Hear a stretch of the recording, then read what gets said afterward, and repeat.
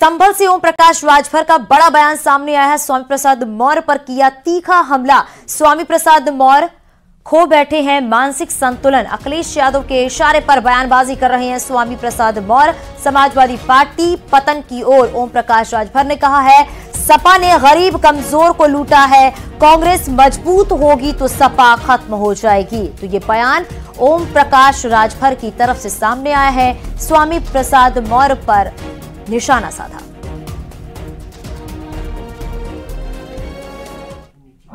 मंत्रिमंडल का विस्तार होगा तो राजभर मंत्री जरूर बनेगा। देखिए, वो मानसिक संतुलन खो बैठे हैं, वो संविधान को नहीं मानते। 5 साल लगातार भारतीय जनता पार्टी में मिनिस्टर थे, तब उनको ये सब चीजें याद नहीं आई। 4 बार बसपा की गवर्नमेंट में मिनिस्टर थे, तब भी ये बात याद नहीं आई।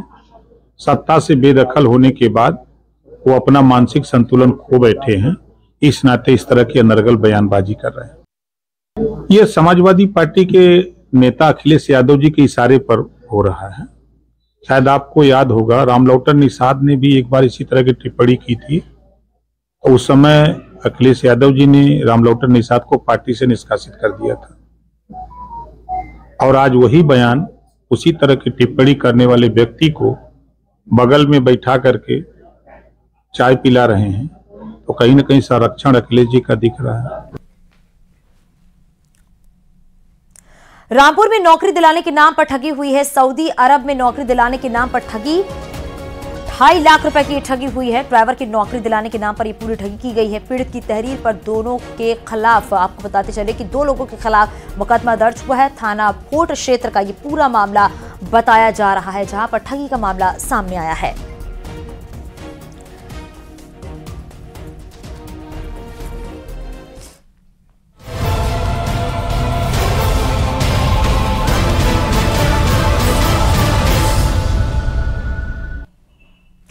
बेन्यामिन नेतन्याहू ने कहा था, इजराइल का सबसे बड़ा दुश्मन यहां सिनवार एक बंकर में घेर लिया गया है। इशारों में नेतन्याहू ने सिनवार की तुलना हिटलर से करते हुए कहा था कि सिनवार हिटलर की तरह बंकर में ही मारा जाएगा। लेकिन अब यह पता नहीं चल रहा है कि आखिर सिनवार अचानक कहां गायब हो गया। दूसरी तरफ सऊदी अरब ने ऐसा एक्शन लिया जिस पर भरोसा करना मुश्किल हो रहा है।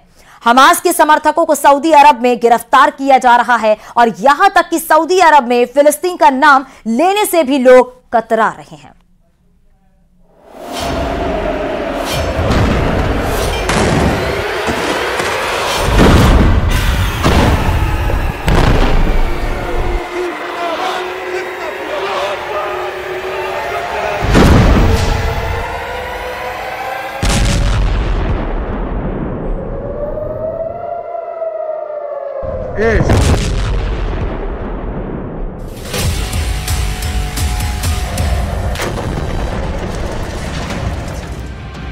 गाजा में 13,000 से ज्यादा लोगों की मौत हो चुकी है और करीब 3,000 लोग मलबों में दफन हैं।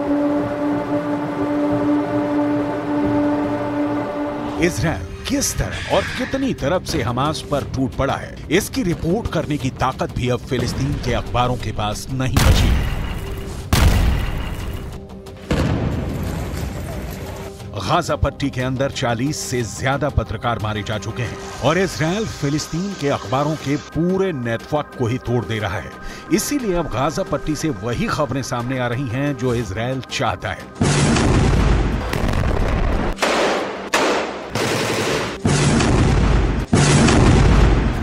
इतने बुरी हालातों के बावजूद भी 57 इस्लामी मुल्क गाजा पट्टी के 20 लाख लोगों के जान और माल की सुरक्षा के लिए कुछ भी नहीं कर पा रहे हैं।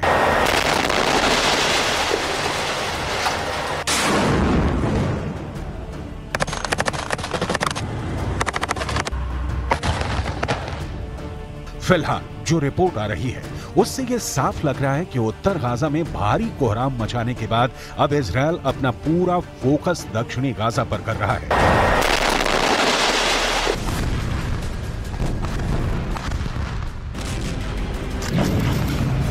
सवाल यह है, अगर उत्तर गाजा और दक्षिण गाजा दोनों में ही इंसानों के रहने लायक स्थितियां नहीं रहेंगी तो आखिर गाजा के लाखों लोग कहां जाएंगे?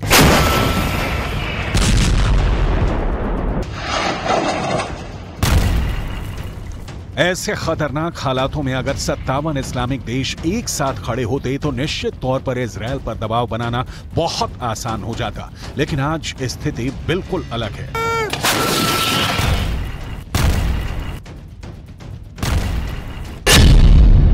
एक तरफ सऊदी अरब है जो हमास का समर्थन करने वाले लोगों पर हंटर चला रहा है, तो दूसरी तरफ तुर्की के राष्ट्रपति एर्दोगान है जो दुनिया में जहां कहीं भी जाते हैं गाजा पट्टी के लोगों की बात करके भावुक हो जाते हैं।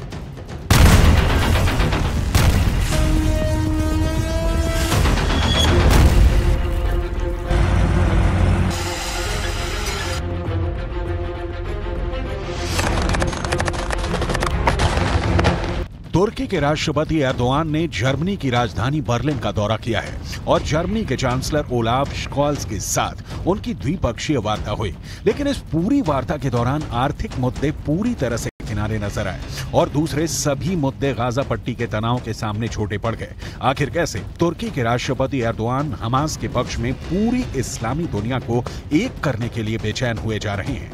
ये पूरी हकीकत आपको विस्तार से आगे बताएंगे, लेकिन सबसे पहले बात करेंगे सऊदी अरब की, जहां एक ऐसी घटना हुई है जिस पर यकीन करना नामुमकिन नजर आता है। एक ब्रिटिश एक्टर और प्रेजेंटर इस्लाह अब्दुल रहमान फिलिस्तीन के लोगों के लिए सहानुभूति व्यक्त कर रहे थे, लेकिन उन्हें सहानुभूति व्यक्त करने से भी रोका गया और सऊदी अरब की पुलिस ने उन्हें हिरासत में भी ले लिया।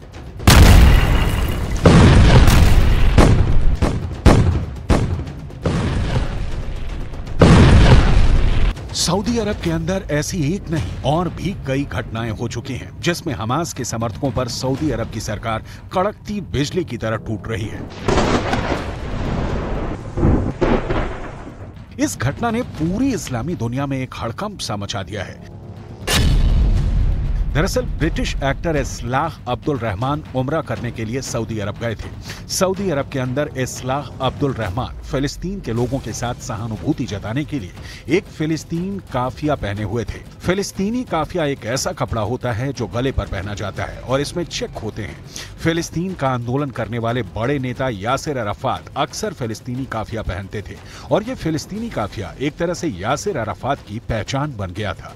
अब्दुल रहमान ने एक ऐसा ही फिलिस्तीनी काफिया सऊदी अरब के अंदर भी पहना हुआ था और इसीलिए सऊदी अरब की पुलिस ने उन्हें हिरासत में लिया और घंटों तक पूछताछ।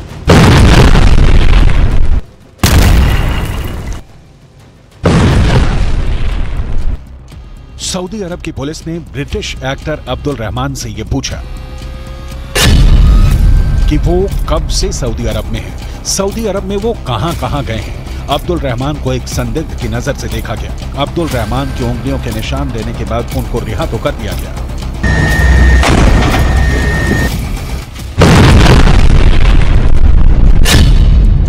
लेकिन उसके बाद वो बहुत ज्यादा भयभीत हो गए।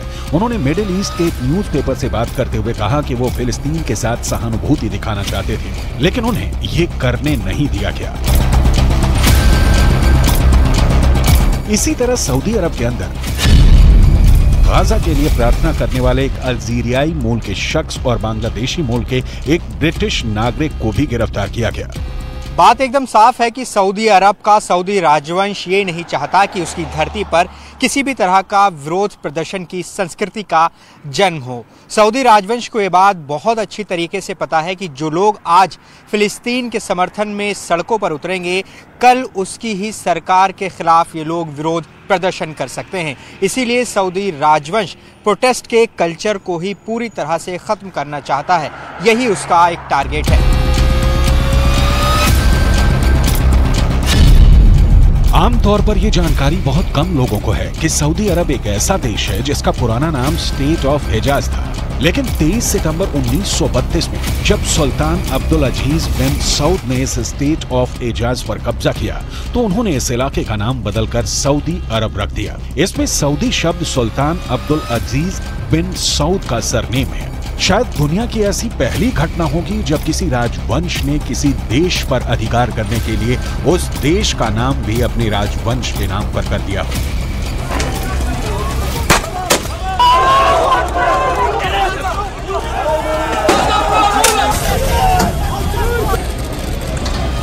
एक तरफ सऊदी अरब हमास के समर्थकों पर हंटर चला रहा है, उन्हें गिरफ्तार कर रहा है और उनको ये नसीहत दे रहा है कि किसी भी तरह का प्रदर्शन स्वीकार नहीं किया जाएगा, जबकि दूसरी तरफ तुर्की के राष्ट्रपति एर्दोआन पिछले 1 महीने से लगातार आंसू बहा रहे हैं। Çünkü insana saygımız bizim।